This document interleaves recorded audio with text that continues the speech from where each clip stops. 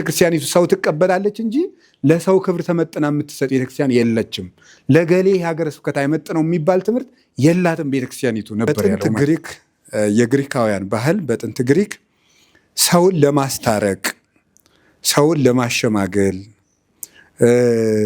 ዳኝነት ለመስጠት የሚሰበሰቡ ሰዎች መጠሪያ ነው ማለት ነው። የተመረጡ አዋቂዎችና በሀገር የተከበሩ ሰዎች ተሰብስበው እነሱ የምርጦች ሸንጎ የምርጦች ጉባኤ ለማለት ኤክሌሲያ እያሉ ይጠቀሙበት ነበረ ማለት ነው። ዛሬ አፋር አካባቢ የሚዋሽ ሰው በሀገር ሽማግሌ እንደሚያዘው ማለት ተይዞ እንደሚጠየቀው ማለት ነው። እና የተመረጡ ሰዎች ጉባኤ በኋላ ወደ ክርስትና ሲመጣ ኤክሌሲያ የሚሆነው በእግዚአብሔር የተመረጡ ሰዎች ህብረት ይሆናል ማለት ነው። በእግዚአብሔር የተመረጡ ሰዎች ህብረት ይሆናል። የተመረጡት ሰዎች ጉባኤ፣ የምርጦች ህብረት ማለት ነው። የምርጦች ህብረት፣ የምርጦች ህብረት። ይህ የምርጦች ህብረት የሚለው በሁለት ተከፍሎ የሚተረጎም ነው፣ መጽሐፍ ቅዱሳዊ መሰረት ሲኖረው ማለት ነው። የመጀመሪያ እግዚአብሔር የምርጦች ጉባኤ የሚል ነው። እግዚአብሔር ዓለምን ለድህነት ጠርቶታል። ይሄ ዓለም ሳይፈጠር በልጁ መረጠን ብሎ ቅዱስ ጳውሎስ የተናገረው ኤፌሶን ምዕራፍ 2 ቁጥር 10 ላይ ያለው ይሄ መመረጥ ማለት ነው። ሁላችንም ለድህነት የጠራበት መጥራት፣ እሱ ምን ይባላል? መመረጥ ይባላል። ለሁሉ የተሰጠ ነው። ይሄ ምርጫ ለሁሉ የተሰጠ ነው። ብዙሃን ጽዋዓን ወህሮያን ህዳጣን የሚለው የማቴዎስ ወንጌል ምዕራፍ 22 ቁጥር 12 ላይ ያለው የተጠሩ ብዙዎች ናቸው፣ የተመረጡ ግን ጥቂቶች ናቸው የሚለው እግዚአብሔር ዓለምን ለድህነት የጠራበት አጠራር ይሄ የምርጦች ጉባኤ አሰኝቶናል ማለት ነው። እዚህ መመረጡ ውስጥ ቅዱሳን ናቸው ማለት አይደለም። ቤተክርስቲያን ውስጥ ቅዱሳን ናቸው ማለት አይደለም። እግዚአብሔር ለድህነት የጠራቸው ሰዎች ህብረት ነው እንጂ እዚህ ውስጥ ሩጫቸውን የጨረሱ አሉ። ሩጫቸውን ሳይጨርሱ ምርጫው ውስጥ አብረው ያሉ አሉ። ይሄ መጠራታችሁን ታጸኑ ዘንድ ከፊት ይልቅ አሁን ትጉ እንዳለው ቅዱስ ጳውሎስ መጠራት ብቻውን መድኃኒት አይሆንም ነው። መመረጥም ብቻውን መድኃኒት አይሆንም። 3 ደረጃ አለው ለድህነት አይደል? መጠራት፣ መመረጥ፣ መመረጥን ማጽናት የሚባሉ ነገሮች አሉ። ስለዚህ በመመረጥ ብቻ ቢሆን ኖሮ ድንግል ማርያምን ምንድን ነው የሚለው? እስመ እግዚአብሔር የሚለውን ስንተረጉም እግዚአብሔር መርጧታልና፣ ሊቃውንት ሲተረጉሙት ይሄን ብትመረጥማ ምን ይደንቃል እንድትመረጡና ብትገኝ ብለው የሚተረጉሙት አንድምታ ላይ ይሄ ነው። ያደነቅናት ስለመረጣት ሳይሆን መመረጧን ስላጸነችና እንድትመረጡና ስለተገኘች ነው። መመረጥማ ሔዋንም ተመርጣ ነበርና ማለት ነው። ስለዚህ የምርጦች ጉባኤ ባልን ጊዜ እግዚአብሔር ለድነት የጠራቸው፣ ለድነት የሰበሰባቸው ልዩ ወገን ማለት ነው። የነሱ ጉባኤ ተብሎ ይተረጎማል። ሌላኛው ምንድን ነው? የማቴዎስ ወንጌል ምዕራፍ 25 ቁጥር 14 ላይ ወበከመ ብእሲ ዘይነግድ ወፀዋ አግብርቲሁ ወሃቦሙ ንዋዮ ይትገበሩ ቦቱ የተባለው ነው። ሩቅ አገር እንደሚሄድ ባሮቹንም ጠርቶ ነግደው ያተርፉበት ዘንድ ገንዘቡን የሰጠ ሰውን መንግስተ ሰማያት ትመስላለች ብሏል። ያቺ ናት ወፀዋ ባሮቹን ጠራ የምትለው እሷ መጠራት ናት። በዚህ መጠራት የተጠሩ ሰዎች ጉባኤ ማለት ነው። ያ ለእያንዳንዱ ገንዘብ ሰጠው የተባለ እንግዲህ እንደምታውቁት ዛሬ ገብርኄር ስላልሆነ እሱ ትርጉም ውስጥ አልከታቸውም። በዋና ነገር ግን ቅዱስ ጎርጎርዮስና ቅዱስ ቄርሎስ፣ ጎርጎርዮስ ዘኑሲስና ቅዱስ ቄርሎስ የሚተባበሩት አንድ ትርጉም ባለጸጋው ክርስቶስ ነው፣ ሰውም መጥራቱም ለመንግስተ ሰማያት ነው፣ የሰጠው ሀብትም ሃይማኖትና ጥምቀት ነው የሚለው ድምዳሜ ያለ እዚያ ውስጥ 5ቱ 2ቱ 4ቱ እሱ ራሱን የቻለ የሚያቆይ ነገር ነው። በጊዜው የምታውቁት ነው ማለት ነው። የምታውቁት ነው፣ ካሁን በፊት አውቃችሁታል በገብርኄር ስለምታውቁት። ስለዚህ ከዚህ የተነሳ እነዚያ የተጠሩት፣ ለመክሊት የተጠሩት፣ ለሰርጉ የተጠሩት ሂዱና ያገኛችሁትን ሁሉ ጥሩ ብሎ የነገረው ያቺ የነቢዩ ኤልሳ ባለዳ የነበረችውን ሴት ነቢዩ ኤልሳ በጋን ዘይት የሞላላትን ሴት ታስታውሷላችሁ። መጽሐፈ ነገሥት 2ኛ ነገሥት ምዕራፍ 4 ላይ ያለችው እሷ ሴት የሰበሰበቻቸው ጋኖች ስብስብ ማለት ነው። የራሷን ማድጋ ሞልታ ከዛ በኋላ ምንድን ያደረገች? ሂጂና በየሜዳው ያሉ ማድጋዎችን ሁሉ ሰብስቢ ስላላት የሰበሰበቻቸው ያቺ ሴት ማናት? ቤተክርስቲያን ናት። እንደምታውቁት ዘይቱም ሀብተ መንፈስ ቅዱስ ነው። ያቺ ሴት የሰበሰባቸው በየሜዳው ማቴዎስ ወንጌል ምዕራፍ 22 ላይ ሂዱና ያገኛችሁትን ጥሩ እስመ ኢደለወሙ ለለ አስተርናሆሙ ለጠራናቸው አልተገባቸውምና እንዳለ ከየሜዳው የተለቃቅሞ የተሰበሰበው እሱ ቤቱን የሞላው። እዚያ ውስጥ እንደምታውቁት የሙሽራ ልብስ ያለበሳለ፣ እንደሚገባ ለብሶ የተገኛለ፣ ተገብቶትም ሳይገባውም የተሰበሰባለ። ያ ስብስብ ቤተክርስቲያን ትባላለች። ያ ስብስብ ቤተክርስቲያን ትባላለች። የማቴዎስ ወንጌል ሉቃስ ወንጌል ምዕራፍ 15 ላይ ቁጥር 10 የምናገኛት ያቺ ገንዘብ የጠፋት ሴት ታውቋታላችሁ አይደለም? ተሃቱ ማኅቶተ ወትፈነቅል ኩሎ ወተሐስስ፣ ቤቷን ሁሉ እየፈነቀለች የጠፋባትን ንብረት ትፈልጋለች የተባለችው እሷ ሴት መብራቷን አብርታ የምትፈልገው ማለት ክህነትን እያበራች ልጆቿን እየፈለገች የምትጠራው ያቺ ባለጌጧ ሴት ቤተክርስቲያን ትባላለች። እሷ የሰበሰባቸው የነሱ ህብረት ቤተክርስቲያን የሚል ትርጉም ይኖረዋል ማለት ነው። የምርጦች ጉባኤ ማለት ነው። ማለት እንግዲህ አሁን ሁላችን ተመርጠን ምንድነው የምትሉት? ምንድነው የምንለው? ቅዳሴ ተቀድሶ ሲያበቃ እግዚኦ አድኅን ሕዝበከ ወባርክ ርስተከ ራእዮሙ አሌሎሙ እስከ ለዓለም ወቀባ ለቤተ ክርስቲያኒከ ቅድስት አጥሬካ ወቤዘውካ በደሙ ለዋሕድ ወልድከ እግዚእነ ኢየሱስ ክርስቶስ ወፀዋይካ ትኩን ማኅደረ ለነገሥት ወለሕዝብ ቅዱስ ለዘመድ ንጹሕ። ይችናት እንግዲህ ማለት ነው። ለሕዝብ ንጹሕ፣ ለዘመድ ቅዱስ፣ ለሕዝብ ንጹሕ የተባለችው ንጹሕ ወገን ምርጥ ጉባኤ የተባለው እሱ ነው። ክርስቶስ ቀድሶ ለይቶ በደሙ አትሞ ወገኖቹ ያደረጋቸው ጉባኤ ለዚህ ማደሪያ ትሆን ዘንድ የጠራሃት ብሎ የጠራል። ለዚህ ነው። ከዚያ ቀጥሎ እነዚያም ናቸው ጠራቸው። ለመጻእክሙ ወለጸለይክሙ ውስተ እምነ ቅድስት ቤተክርስቲያን ለበላይክሙ ሥጋው ቅዱስ ወለሰተይክሙ ደሞ ክቡረ ለእግዚእነ አምላክነ መድኃኒነ ክርስቶስ ብሎ አመጣቸው። እነዚህን ዘረዘራቸው። ያቺ ህብረት ቤተክርስቲያን ትባላለች ማለት ነው። አቅሌስያ ማለት እዚህ ህብረት ውስጥ እዚህ መመረጥ ውስጥ መግባት ነው። አንድ ሰው የቤተክርስቲያን አገልጋይ ሲሆን ወደዚህ መመረጥ ወደዚህ የእግዚአብሔር ሸንጎ የእግዚአብሔር ማህበር የእግዚአብሔር ህብረት ውስጥ ነው የሚገባውና ትልቅ መታደል ነው እላችኋለሁ። እኔ እንደው ከዚህ አሁንም አትቆጥሩትም። ከዚህ ስልጠና በኋላ ምን ትፈልጋለህ ብትሉኝ ክህነቱን እንደ ስራ የማይቆጥር ካህን ቢገኝ ደስ ይለኛል ነው። ክህነቱን ስራው የማያደርግ ገብቷችኋል? ስራው ማለት ሰበካ ጉባኤ ባይቀጣው ማቀደስ የማይፈልግ ብዙ ሰው አለ። እዚህ አላልኩም ግን እናንተ እስከ ሰው ወገን አይደላችሁም? ስለዚህ አሁን ምን ማለት ፈልጌ ነው፣ ስራ የማይሆንበት አለቃ የሌለው ቄስ እኔ እፈልጋለሁ በግሌ። ገብቷችኋል? አለቃ የሌለው ቄስ ማለት ምን ማለት ነው?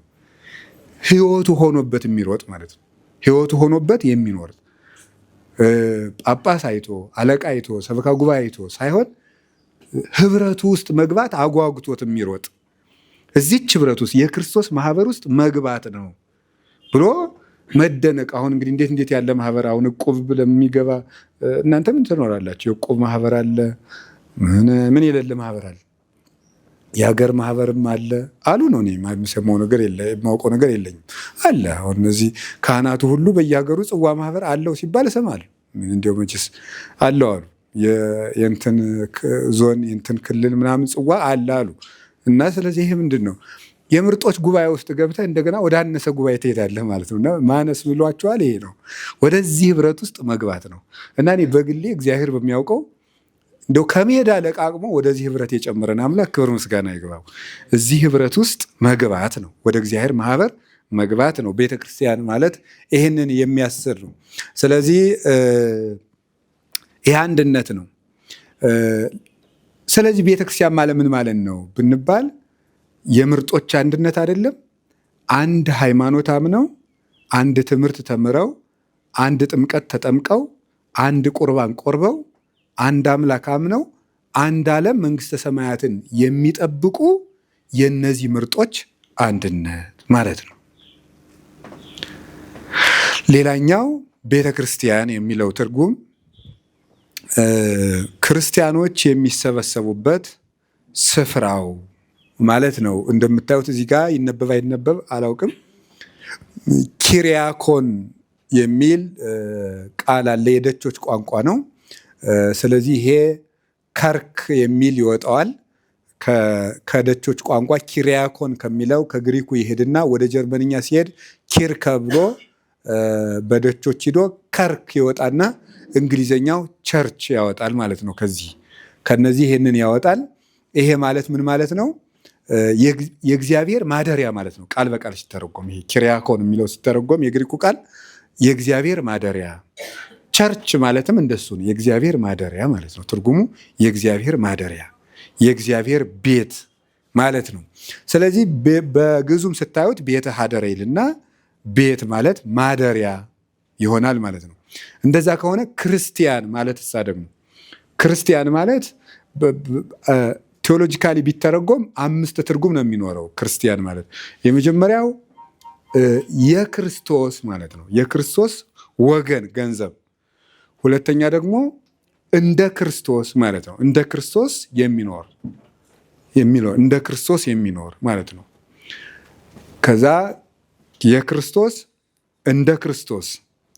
ሶስተኛ ምስለ ክርስቶስ ማለት ነው። ከክርስቶስ ጋር የሚኖር የክርስቶስ ገንዘብ እንደ ክርስቶስ የሚኖር እና ከክርስቶስ ጋር የሚኖር ይሄ ክርስቶሳዊ የሚል ትርጉም አለው።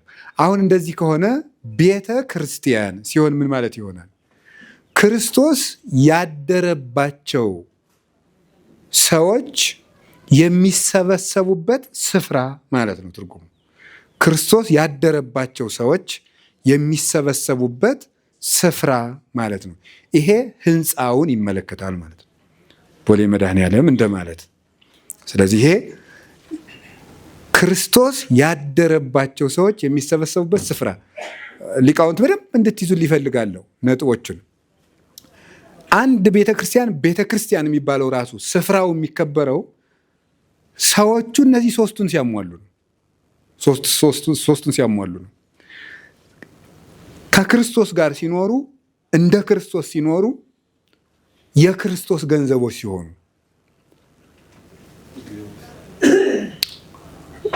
የትኛው ልድገው? ሶስቱን። እሺ፣ የክርስቶስ ማለት ነው። ክርስቲያን የክርስቶስ ማለት ነው። የክርስቶስ ገንዘብ።